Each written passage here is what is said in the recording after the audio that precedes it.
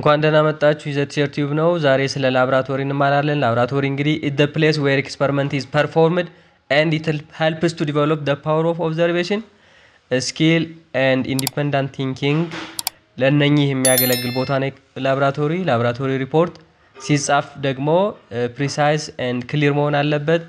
ጥሩ ግራመር መጠቀም አለብን with punctuation. we must include laboratory report components ማካተት መቻል አለበት። ላብራቶሪ ሪፖርት ኮምፖነንትስ የምንላቸው ደግሞ የሚከተሉት ናቸው።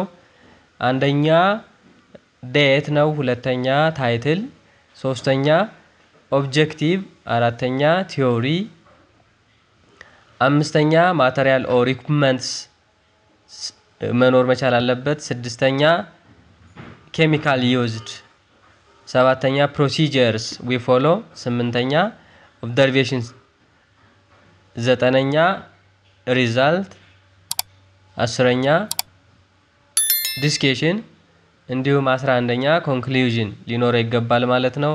ሰብስክራይብ በማድረግ ቤተሰብ ሁኑ።